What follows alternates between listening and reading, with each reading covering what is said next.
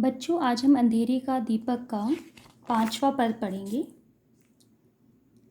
5वां पद। हाय वे साथी की चुंबक, लोहा से जो पास आए। चुंबक हम जानते हैं, चुंबक क्या होता है? चीज़ों को अपनी ओर आकर्षित करता है, खींचता है, चिपका लेता है। पर क्या आए हृदय के बीच ही गोया समाए। दिन कटे ऐसे कि कोई तार वीणा से मिलकर एक मीठा और प्यारा जिंदगी का गीत गाएं। वे गए तो सोच कर यह लौटने वाले नहीं वे, खोज मन का मीत कोई लौ लगाना कब मना है अंधेरी रात पर दीवा जलाना कब मना है। चुंबक हम जानते हैं, जो धातु, वह धातु जो लोहे को अपनी ओर खींचता है, और लोहा का अर्थ हम जानते ही हैं, ये लोहा ही होता है। वीणा का अर्थ होता है वाद्य यंत्र, मीत का अर्थ होता है मित्र, प्रिय। ठीक है, अब देखिए 5वीं पंक्ति में कवि क्या कहते हैं। प्रस्तुत पंक्ति में कवि अपनी साथी से बिछुड़ गए हैं और उसका जिक्र करते हैं कि क्या है कि कवि अपने साथी से बिछड़कर जिक्र करते हुए दुखी न होने की प्रेरणा दे रहे हैं। कवि कहते हैं कि उनको ऐसा साथी मिला कि वे एक दूसरे के संपर्क में इस प्रकार आए जैसे चुंबक लोहे की तरह अपनी ओर आकर्षित कर लेता है। दोनों के हृदय एक दूसरे से मिल गए। उन दोनों के दिन सुख से कटने लगे, जैसे वीणा के तार प्यार संगीत निकल रहे हों।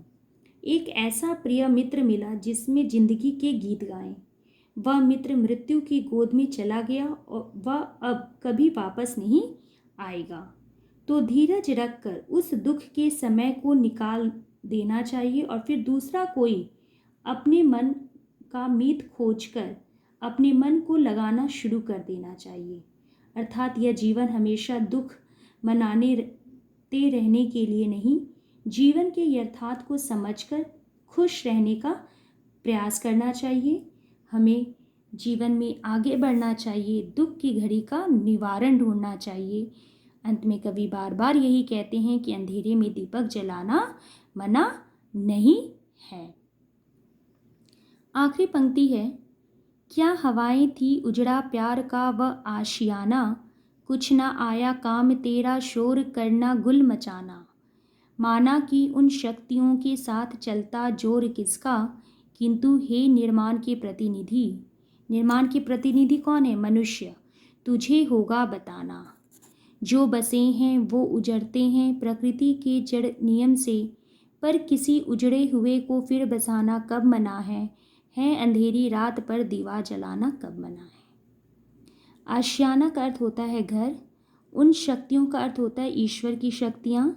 निर्माण के प्रतिनिधि मनुष्य को कहा गया है, जड़ नियम कठोर नियम को कहा गया है।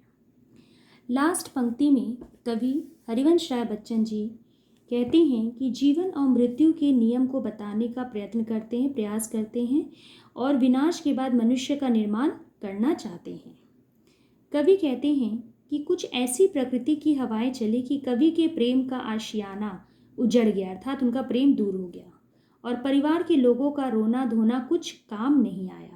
मतलब परिवार के लोग कितने भी रोए धोए, फिर भी उनका जो आशियाना था, घर था, वो उजड़ गया। वो रोने धोने से भी वापस नहीं आया। उजड़ गया मतलब मृत्यु हो गई। तभी हम मान लेते हैं कि ईश्वर के कठोर नियमों के सामने मनुष्य का कोई जोर नहीं चलता। हम लाख रो ले, पीट ले, सर पटक ले, अपनी जान भी दे दें, जो चीज़ें खत्म हो गई वो वापस नहीं आती। जिसको संसार से जाना है उसे कोई रोक नहीं सकता। अंत में कवि यही संदेश देते हैं कि जो विनाश का कार्य हो गया वह तो हो ही गया, लेकिन किसी उजड़े हुए मनुष्य को फिर बसना होगा।